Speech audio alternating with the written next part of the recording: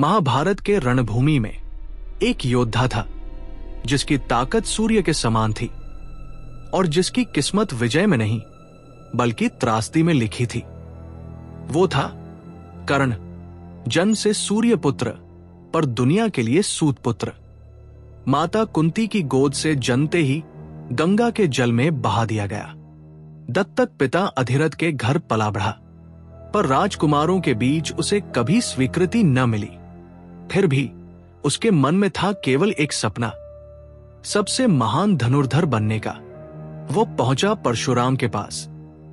परशुराम जो क्षत्रियों से घृणा करते थे। कर्ण ने अपनी पहचान छुपाई और खुद को ब्राह्मण बताकर शिष्य बना। पर एक दिन जब परशुराम कर्ण की गोद में विश्राम कर रहे थे, एक बिच्छू ने कर्ण को डंक मारा। रक्त बहने लगा, दर्द असहनीय था। पर कर्ण ने गुरु की नींद नहीं तोड़ी।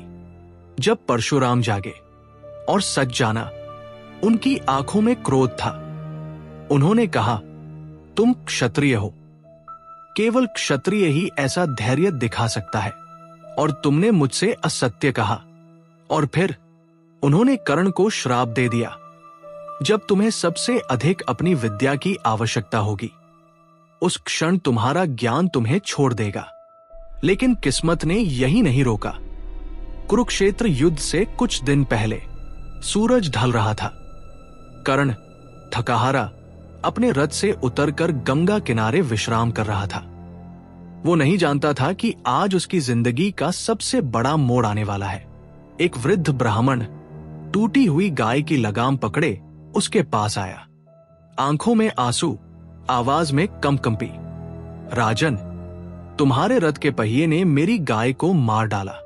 कर्ण ने झुककर क्षमा मांगी, मुआवजा देने की बात कही, लेकिन ब्राह्मण का चेहरा कठोर हो चुका था।